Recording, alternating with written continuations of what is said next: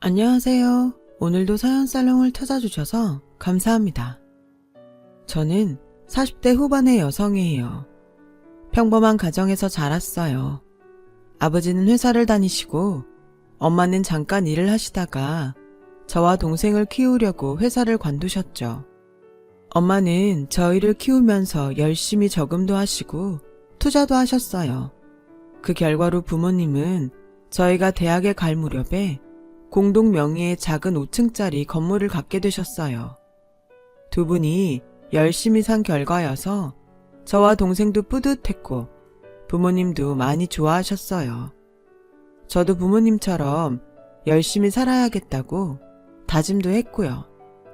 물론 세상 일이라는 게 열심히 산다고 해서 뜻대로 되는 건 아니지만 후회는 남기지 않으면서 살자고 생각했어요. 그런 덕에 저는 대학 때 공부도 알바도 후회 없이 할 수 있는 한 다 해봤던 것 같아요. 그러다 보니 어느덧 졸업 때가 다가왔어요. 저는 작곡을 전공해서 외국으로 유학을 가는 친구들이 많았어요. 하지만 저는 냉정하게 생각해 봤을 때 제 수준이 작곡으로 먹고 살 수 있는 정도는 아닌 것 같더라고요. 유학을 다녀왔다고 해서 그 돈을 쓴 만큼 결과를 낼 수 있다는 생각도 안 들었고요. 그래서 저는 유학이나 대학원 진학이 아닌 다른 길을 선택했어요. 바로 돈을 벌 수 있는 음악학원을 차렸어요. 부모님은 저한테 어느 정도는 뒷바라지 해줄 수 있으니 대학원이라도 가라고 하셨지만 저는 그러고 싶지 않았어요. 제가 어느 수준인지 정도는 파악하고 있었거든요. 대학원에 간다고 해서 그렇게 열심히 할 것 같지도 않았고요.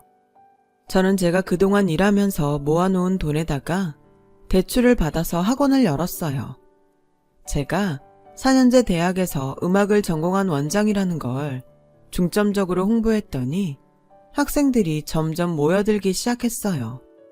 저도 학생 한 명 한 명 열심히 가르쳤어요.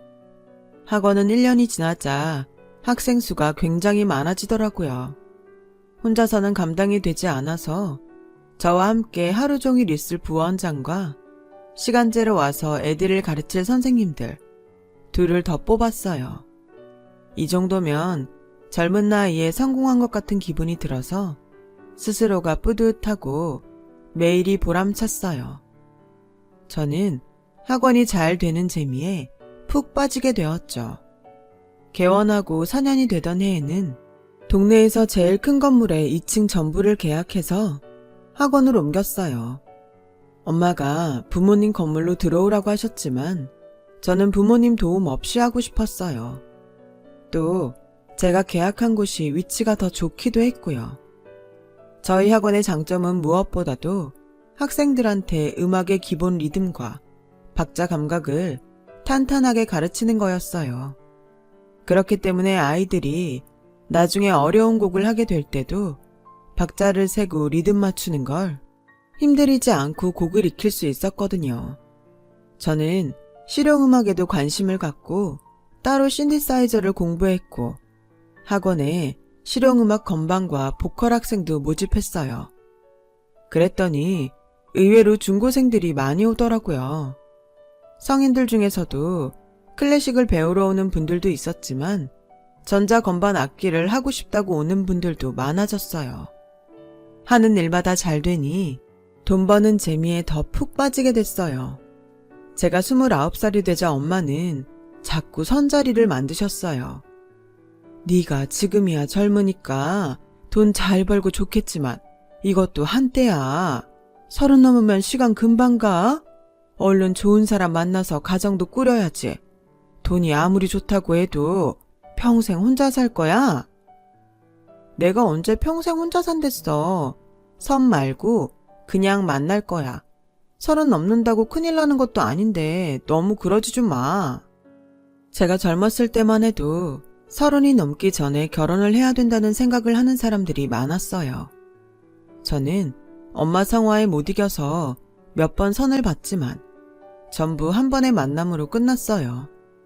그러다가 학원하는 친구들끼리 만난 자리에서 누가 저에게 소개팅을 해주겠다고 하더라고요. 제가 관심 없다고 했더니 그 친구는 그냥 만나보기만 해. 소개팅 한다고 다 사귀고 결혼하는 거 아니잖아. 미정이 너 남자친구도 없는데 심심하지 않아? 편하게 생각하고 마음에 들면 가볍게 만나봐. 라길래 마음이 움직여서 소개팅에 나가게 됐어요. 남자는 막 치과 수련의를 마치고 개업을 앞두고 있다고 했어요. 처음 만난 자리에서 이런 말하는 게 성급할지는 모르겠지만 저는 양미정 씨하고 한번 잘 사귀어 보고 싶어요. 라는데 당황스럽긴 했지만 저도 남자가 괜찮았기 때문에 몇 번의 만남 후에 사귀자고 했어요. 제 말을 끝까지 거절하시면 어떻게 해야 하나 되게 마음 졸였어요. 제가 정말 잘할게요, 미정 씨. 라며 어린애처럼 좋아해주니 기분이 나쁘지 않더라고요. 남자는 개업을 한 지 얼마 안 돼서 많이 바빴고 저도 학원 일이 계속 바빴기 때문에 자주 만나지는 못했어요.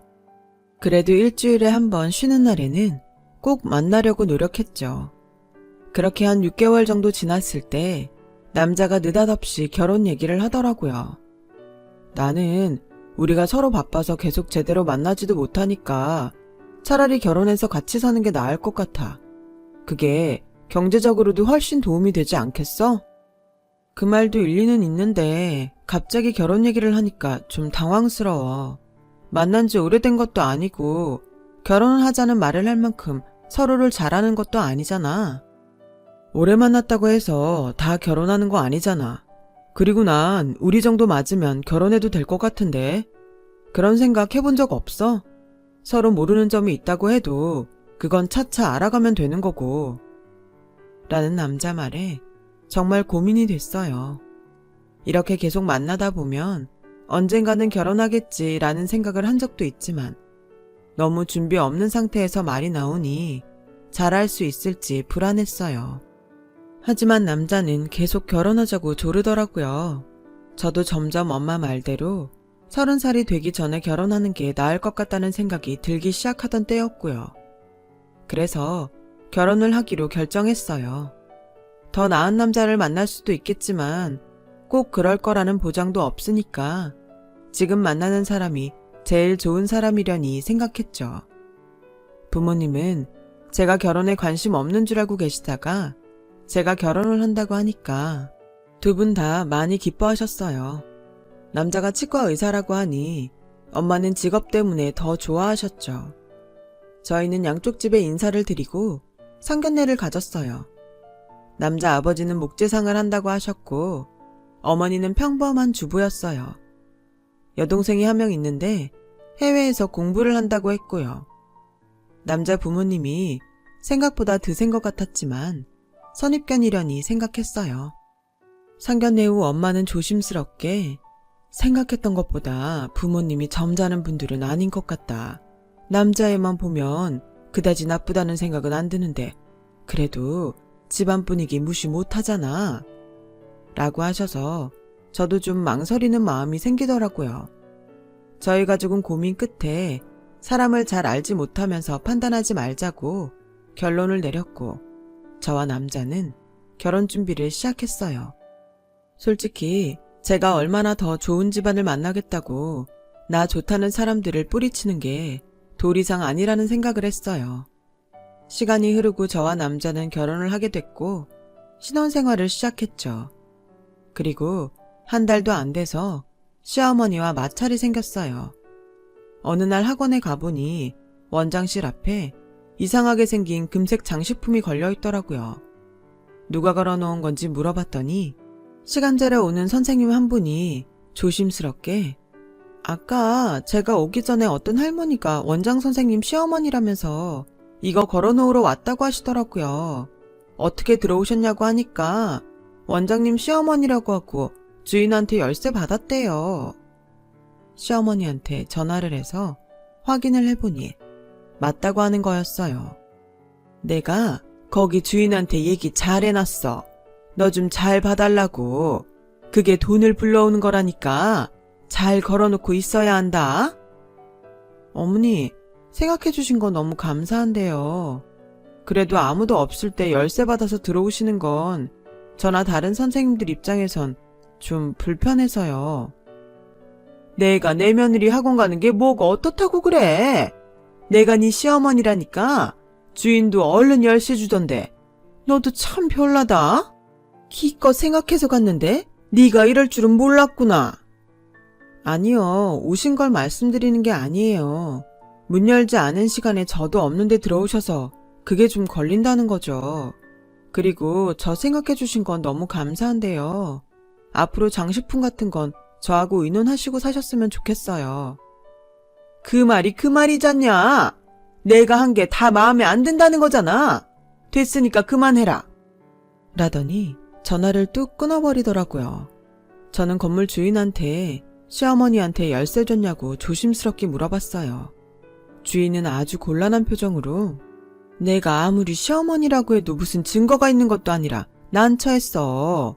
원장님 결혼식에 갔어도 시어머니까지 챙겨보는 건 아니잖아.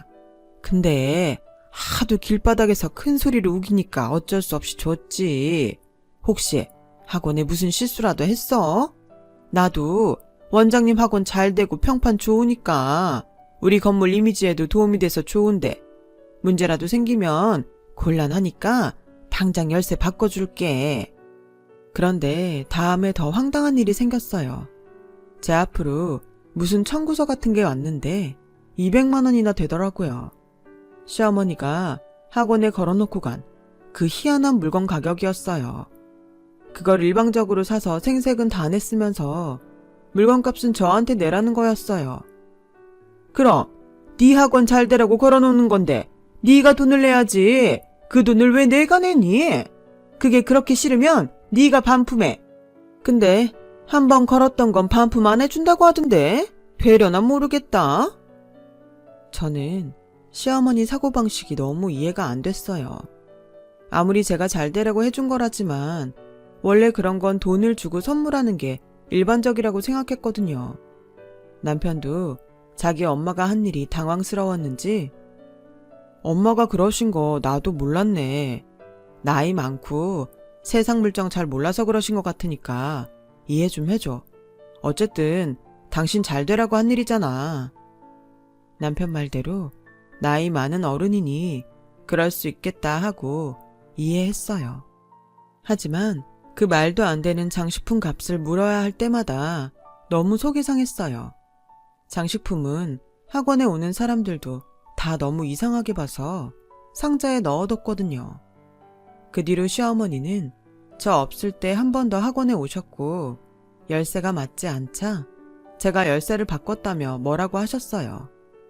그때 저는 학원은 회사나 마찬가지라고 열심히 설명했고 시어머니도 못마땅한 눈치였지만 이해하고 넘어가는 것 같았어요. 그런데 몇 달 있다가 주말에 시댁에 갔더니 시어머니가 대뜸 니네 학원 인테리어 우리 승희한테 맡겨라. 승희 이번에 회사 들어간 거 알지? 실적 쌓는데 새언니가 좀 도와야지. 어머니, 저희 학원 인테리어 계획 없는데요. 지금도 나쁘지 않고요. 인테리어 해야 되면 학원 며칠 쉬어야 되는데 학생들 수업 계획에도 지장이 있어요. 니네 학원 크고 학생 수도 많은데 뭘 그렇게 애들 눈치를 보면서 장사를 하니?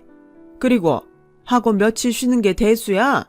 더 깨끗한 환경에서 하면 학생도 많이 오고 다 너 좋자고 하는 건데 뭘 그렇게 사사건건 따지니? 진짜 쟨 정을 붙일래야 붙일 수가 없어. 라며 성질을 내는데 정말 황당했어요.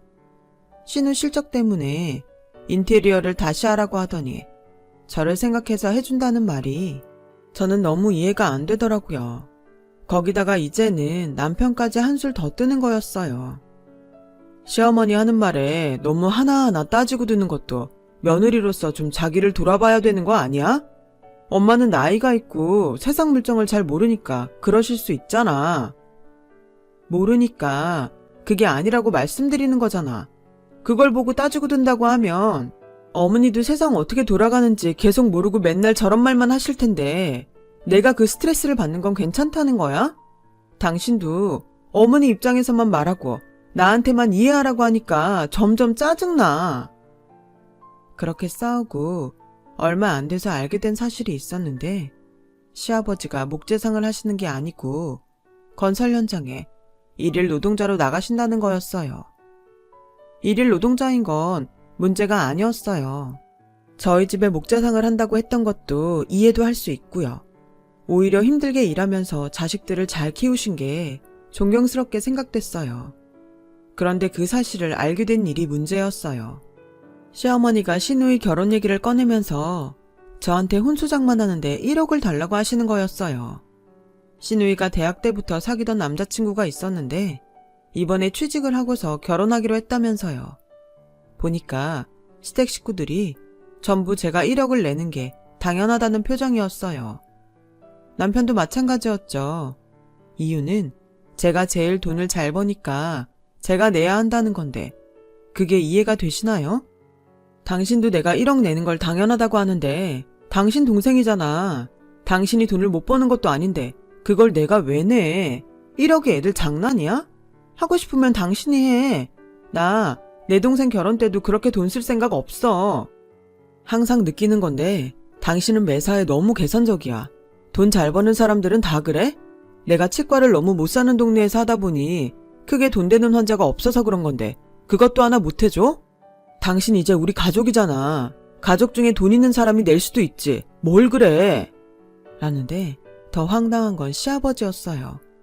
자기가 가게라도 있어야 시누이 사돈 집에 면목이 있다며 1억을 못 줄 거면 자기 가게를 내달라는 거예요. 전 그렇게는 못한다고 딱 잘라 말했어요. 그때부터 남편과의 사이도 더 안 좋아졌어요. 저희 부부는 맨날 마주치면 싸웠고 언제 헤어져도 이상하지 않을 지경이었어요.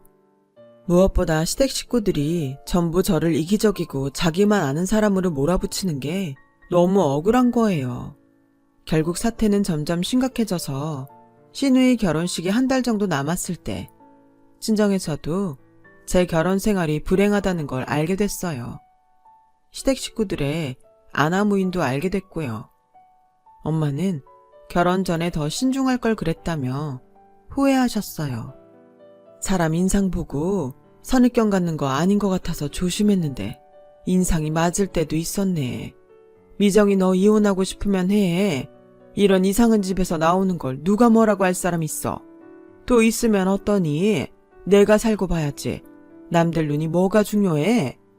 내가 전에는 다른 사람들 신경 많이 썼는데 이렇게 되고 보니까 그런 건 하나도 중요하지 않구나. 미정아, 네 인생이 제일 소중해. 그러니까 정 못 살겠으면 그런 사람하고는 이혼해도 돼.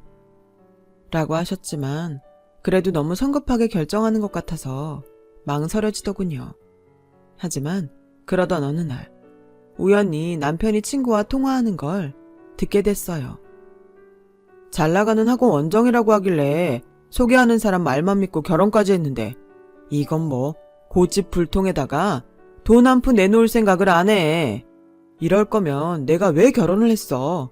이런 사람이 강남에 내 치과 차려놔 주겠어? 친정집에 건물이 있으면 뭐하냐고. 늙은이들이 손에 딱 쥐고 내놓을 생각을 안 하는데 그걸 팔아야 나한테 돈이 들어오든지 할 텐데 그 건물 팔아서 돈 받을 때까지는 어떻게든 이혼만은 하지 말아야지. 그거라도 받아야 내가 이 결혼한 거 덜 억울하겠어. 저는 그 말을 듣고 너무 화가 나더군요. 저야말로 억울한 마음이 들었어요. 남편은 그래도 저를 사랑했으니까 결혼했다고 믿었는데 제 돈 보고 집에 건물이 있으니까 결혼한 거였어요. 배신감 때문에 밤에 잠도 잘 오지 않더라고요. 결국 변호사 사무실에 가서 상담을 하게 됐어요. 저는 그날 집에 와서 짐을 챙겨 친정으로 갔어요. 남편은 제가 집을 나간 걸 알고는 전화로 난리를 치는 거였어요. 당장 오라고 소리를 쳐도 제가 꼼짝도 안 하니까 친정까지 쫓아왔어요. 그러자 엄마가 나서서 남편을 현관에서 못 들어오게 하셨어요. 자네, 우리 미정이 못 만나네. 내가 다 들었는데 자네 우리 집 건물이랑 미정이 학원 때문에 결혼한 거라며? 그렇게 돈을 목적으로 결혼을 해놓고 내 딸을 돈만 하는 이기적인 사람으로 몰아? 나한테서 더 험한 말 나오기 전에 얼른 돌아가. 그렇게 돌려보냈는데 며칠 후 시어머니가 학원에 찾아와서 신우이 상견례 때 참석해달라고 하더군요. 그래도 네가 아직은 형석이 안 사람이잖냐. 우리 집에 와서 며느리 신용이라도 해야 네 도리를 다하는 거 아니겠어? 하면서 갖은 말로 저보고 상견례 하는 곳에 오라고 하는데 아이들은 가르쳐야 되고 선생님들도 왔다 갔다 하는데 시어머니만 상대할 수 없어서 그럼 그날만 가겠다고 했어요. 그랬더니 신이 나서 자기 딸하고 남자친구가 찍은 사진을 보여주더라고요. 네 친정이 좀 산다고 우리 알기를 우습게 알았지? 우리 승희 짝은 니네보다 훨씬 부자야. 어디서 잰 척이야? 라며 부탁할 때와는 180도 다른 태도를 보였어요. 저는 잠자코 그 사진을 보기만 했어요. 저는 변호사 사무실에 가서 이혼하겠다고 정식으로 의뢰 요청을 했어요. 그렇게 한편으로는 조용히 이혼 소송을 준비하면서 한편으로는 학원 일을 전보다 더 열심히 했어요. 결혼하고 1년도 안 돼 이혼 소송을 하는 게 너무 속상해서 그걸 잊으려고 일에 열중한 것 같아요. 시간이 흘러 상견례 날이 왔어요. 저는 집 앞에 온 남편에게 아무 말도 하지 않고 조용히 따라갔죠. 상견례 장소에 도착했더니 시댁 식구들은 이미 다 나와 있더라고요. 좀 있으려니까 신우 남자친구 집안 사람들이 들어오더라고요. 남자 집안 사람들은 저를 보더니 눈이 휘둥그레졌어요. 너 미정이 아니니? 어머, 네가 이 자리에 어떻게 와 있어? 라고 남자 어머니가 말하자 시댁 식구들은 어리둥절해서 저를 보더라고요. 어머니뿐만 아니라 아버지와 남자 형, 그리고 남자까지 저한테 아는 척을 했거든요. 안녕하세요, 삼촌, 숙모. 이런 자리에서 뵙게 됐네요. 찬우도 오랜만이다. 잘 지냈어? 라며 제가 인사를 하자 신우는 당황해서 찬우를 쳐다보더라고요. 우리 사촌 누나야. 근데 누나가 여긴 왜 있어? 잠깐만. 여기 왔다는 건 가족이란 말인데? 그럼 누나 속이고 결혼했다는 사람이 혹시? 라고 하자 다들 놀라서 서로를 보더라고요. 그래 맞아 찬우야. 우리 집 건물하고 내 수입 노리고 결혼한 사람이 바로 이 남자야. 네 여자친구 오빠. 삼촌, 숙모, 혹시 모를까봐 말씀드리는데 아직까진 제 시아버지인 이분은 목재상을 하시는 게 아니고 그냥 건설 현장에 일하러 다니세요. 시어머니는 돈 들어오는 거라고 무조건 학원에 이상한 물건 갖다 놓고 그 돈 저한테 갚으라고 한 그분 맞아요. 그 얘기는 들으셨죠? 찬우, 결혼 전에 다 알아야 될 것 같아서 제가 별거 중에도 이 자리에 나왔어요. 남편과 시댁 식구들 낯빛이 확 변하더라고요. 시어머니는 제 팔을 붙잡고서 얘가 지금 무슨 말을 하는 거야? 네가 아무리 요즘 형석이하고 싸워서 사이가 안 좋아도 그렇지 없는 말하고 그러는 거 아니지? 제가 무슨 없는 말을 해요. 그리고 저 이혼할 거라는 거 삼촌네 식구도 다 알아요. 제가 변호사 소개를 어디서 받았는데요. 삼촌이 친한 변호사 알려주셔서 간 거예요. 어떻게 인연이 이렇게 되나 모르겠네요. 찬우야, 네가 전생에 나라를 구했나 보다. 이런 여자랑 엮이지 말라고 내가 나온 걸 보니까. 신우는 그 말을 듣고 파랗게 질려서 막 떨더라고요. 상견례는 시작도 전에 파토가 났고 삼촌과 숙모는 완전히 속았다며 불쾌한 표정으로 그냥 가버렸어요. 신우이는 사촌 동생과 함께 나가더니 싸우는 소리가 들리더라고요. 저는 원망스럽게 저를 보는 시댁 식구들을 두고 그 자리를 나왔어요. 며칠 뒤 삼촌 집에서 결혼 이야기는 없던 걸로 했다는 얘기를 들었어요. 게다가 남편이 새 들어있는 건물 주인이 저희 아버지랑 아는 사이여서 남편은 매일 전전긍긍한다고 하더라고요. 그도 그럴 게 남편이 몇 달째 월세를 내지 않고 있고 청소도 제대로 하지 않아서 갈등이 좀 있었다는 거였어요. 그걸 아버지한테 하소연하다가 남편이라는 걸 알게 된 거죠. 일이 이렇게 되자 시어머니와 남편은 저한테 몇 차례 와서 빌었어요. 얘, 내가 잘못했다. 정말 미안해. 내가 세상 물정을 모르다 보니 이렇게 됐어. 한 번만 다시 생각해보면 안 되겠니? 무슨 세상 물정을 몰라요. 너무 잘 알아서 남들 등쳐먹으려고 하신 분이잖아요. 아드님도 그거 쏙 빼닮았던데요. 그 세상 물정 모른다는 말 저한테 더는 안 통해요. 여보, 내가 정말 미안해. 당신 섭섭하게 했던 거 다 사과할게. 우리 다시 시작하는 마음으로 잘 살아보자. 응? 내가 그 말을 어떻게 믿어? 나를 본 게 아니고 그냥 돈 보고 결혼한 사람이잖아. 좋게 이혼해주는 게 나을걸? 안 그러면 우리 아버지도 가만 안 있을 거야. 그제야 포기하고 더는 오지 않더라고요. 이혼도 순순히 제가 원하는 대로 해줬고요. 그 뒤로 남편은 치과가 잘 되지 않아서 접고 건물을 나갔다고 하더라고요. 병원을 하면서 뭘 하고 얼마나 험하게 썼는지 벽이 성한 데가 없다고 주인 아저씨가 화를 내더라는 얘기를 전해 들었죠. 남편은 시골에 내려가서 치과를 하다가 다른 사람에게 면허증을 대여해 준 게 발각돼서 의사 면허가 취소됐다고 해요. 그 집안도 지방 먼 곳으로 내려가서 어떻게 사는지 소식을 아는 사람이 없고요. 인생에서 큰 액땜을 했다고 생각했어요. 몇 년 뒤 저는 다른 사람과 결혼을 했고 지금은 아들, 딸 낳고 잘 살고 있어요. 사촌동생도 좋은 사람을 만나서 결혼하고 잘 살고 있고요. 저야 나쁜 일을 당했지만 그래도 제가 사촌동생 인생을 구한 것 같아 잘 됐다고 생각하고 있어요. 사람이 마음을 곱게 써야 무슨 일이든 잘 풀리는 법인 것 같습니다. 저희 지나온 얘기 들어주신 분들 감사드려요.